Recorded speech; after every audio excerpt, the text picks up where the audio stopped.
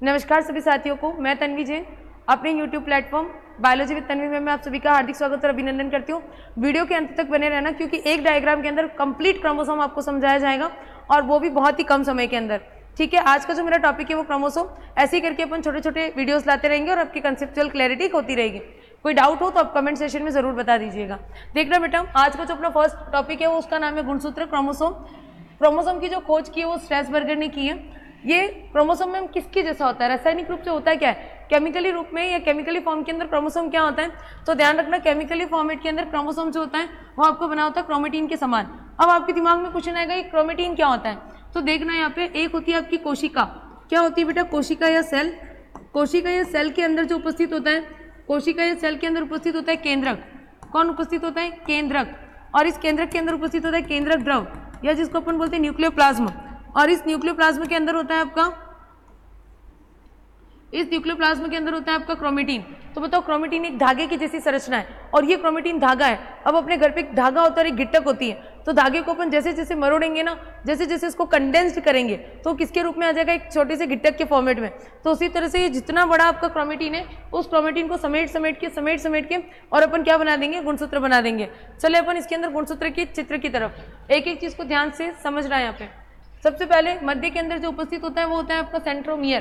क्या होता है बच्चा, सेंट्रोमियर। सेंट्रोमियर एक प्रोटीन से आवृत होता है जिसका नाम होता है काइनेटोकोर। ध्यान रखना, मध्य में जो उपस्थित होता है वो सेंट्रोमियर, और सेंट्रोमियर जिस प्रोटीन से आवृत होता है उसको अपन क्या बोलते हैं, काइनेटोकोर। अगर आपको परीक्षा में पूछा जाए कि काइनेटोकोर है तो लिख लेना वहाँ पे कि प्रोटीन होती है। क्या होती है बेटा, प्रोटीन होती है। और ये जो प्रोटीन होती है वो ये प्रोटीन किसके चारों ओर होती है, सेंट्रोमियर के। जहाँ पर सेंट्रोमियर उपस्थित होता है उस क्षेत्र को अपन बोलते हैं प्राथमिक संकीर्ण क्षेत्र। जहां पर आपका सेंट्रोमियर उपस्थित होता है उस क्षेत्र को अपन कौन सा क्षेत्र बोलते हैं, प्राथमिक संकीर्ण क्षेत्र कहते हैं। क्लियर है बेटा, यहाँ पर जो होता है वो आपका प्राथमिक संकीर्ण क्षेत्र होता है। इसके बाद देखना, इस काइनेटोकोर से, ध्यान रखना सेंट्रोमियर से नहीं, काइनेटोकोर से आपकी जुड़ी होती है दोनों भुजाएं, और भुजाओं का जो अंतिम सिरा होता है इसको अपन बोलते हैं टीलोमियर। भुजाओं का जो अंतिम सिरा होता है ना, उसको अपन क्या बोलते हैं, टीलोमियर। तो भुजाओं के अंतिम सिरों को अपन बोलते हैं टीलोमियर। और देखना, भुजाओं के अंतिम सिरे हो गए टीलोमियर। टीलोमियर जो है आपस में चिपकते नहीं है। टीलोमियर आपस में स्टिकी नहीं होते, चिपकते नहीं है। क्यों नहीं चिपकते मैम, क्योंकि टीलोमियर के अंदर अपन को पता होना चाहिए कि ग्वानिन की मात्रा ज्यादा होती है। किसकी मात्रा ज्यादा होती है, ग्वानिन की। तो ग्वानिन की मात्रा ज्यादा होने की वजह से ये दोनों टीलोमियर के अपोजिट सिरे जो है वो आपस में चिपकते नहीं है, पहली चीज। दूसरा देख रहा हो, ये जो होता है क्रोमोसोम हो गया, क्रोमोसोम के अंदर होता है आपका डीएनए, और डीएनए का वो भाग जहाँ पर आपका प्रोटीन बनता है उसको अपन जीन बोलते हैं। तो डीएनए का वो भाग जहाँ पर प्रोटीन बनता है उसको जीन बोलते हैं। और जीन जहाँ पर उपस्थित होता है, गुणसूत्र के अंदर जहाँ पर जीन उपस्थित होता है उसको अपन कौन सा क्षेत्र बोलते हैं, क्रोमोनीमा। तो गुणसूत्र का वह भाग जहाँ पर जीन उपस्थित होता है उस वाले भाग को अपन क्या बोलते हैं, क्रोमोनीमा कहते हैं। क्लियर है यहाँ तक, ठीक है। अभी तक अपन ने पढ़ा सेंट्रोमियर। तो सेंट्रोमियर को अपन बोलते हैं प्राथमिक संकीर्ण क्षेत्र। सेंट्रोमियर के चारों ओर होती है वो काइनेटोकोर। इस काइनेटोकोर से दोनों भुजाएं जुड़ी होती हैं। भुजाओं के अंतिम सिरों को बोलते हैं टीलोमियर, जो आपस में चिपकते नहीं है। क्यों नहीं चिपकते, क्योंकि इसके अंदर क्या होता है, ग्वानिन भरा हुआ होता है।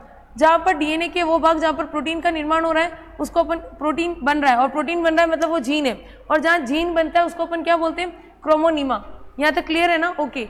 अब एक नेक्स्ट और जो मोस्ट इंपॉर्टेंट है, अब देखना, अगर कुछ कुछ गुणसूत्र ऐसे होते हैं, कुछ कुछ कौन होते हैं ऐसे, तो देखना आपकी संख्या होती है 13। कुछ कुछ ऐसे गुणसूत्र होते हैं जैसे संख्या नंबर 13,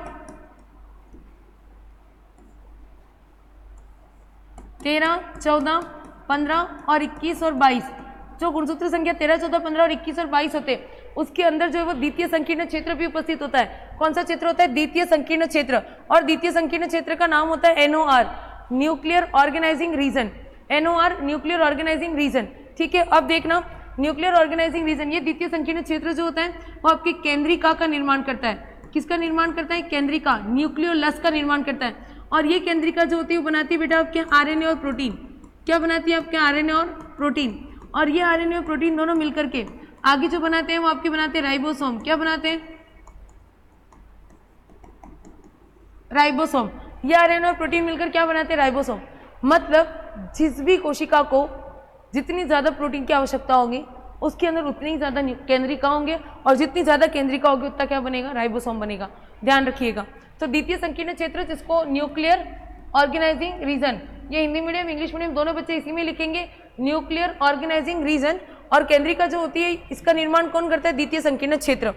अब देखना, द्वितीय संकीर्ण क्षेत्र के बाद में जो गुणसूत्र का भाग होता है उसको अपन बोलते हैं गुणसूत्र का भाग, जो द्वितीय संकीर्ण क्षेत्र के बाद उपस्थित होता है उसको अपन बोलते हैं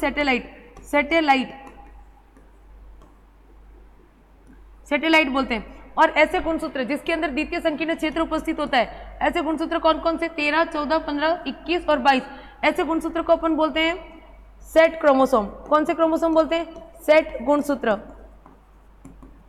गुणसूत्र कहते हैं। ठीक है, तो जो भी मैंने आपको लाइंस बोली है उसको आपको क्या करना है, एक एक बार वीडियो को रोक करके और लाइंस को नोट डाउन करना है। समझना, यहाँ पे सेंट्रोमियर प्राथमिक संकीर्ण क्षेत्र, इसके चारों ओर काइनेटोकोर, इसकी दोनों भुजाएं जो जुड़ी होती है वो सेंट्रोमियर की बाहर उपस्थित प्रोटीन काइनेटोकोर से जुड़ी होती है। भुजाओं के अंतिम सिरों को बोलते हैं टीलोमियर, जो आपस में नहीं चिपकते क्योंकि उसमें ग्वानिन उपस्थित होता है। गुणसूत्र का वह भाग जहाँ पर जीन उपस्थित होते हैं उसको अपन बोलते हैं क्रोमोनिमा। हो गया। अब इसके बाद देखना, ये यहाँ पर मध्य वाला भाग जहाँ पर दूसरी बार आपके संकीर्ण द्वितीय संकीर्ण क्षेत्र, ये द्वितीय संकीर्ण क्षेत्र का नाम होता है न्यूक्लियर ऑर्गेनाइजिंग रीजन।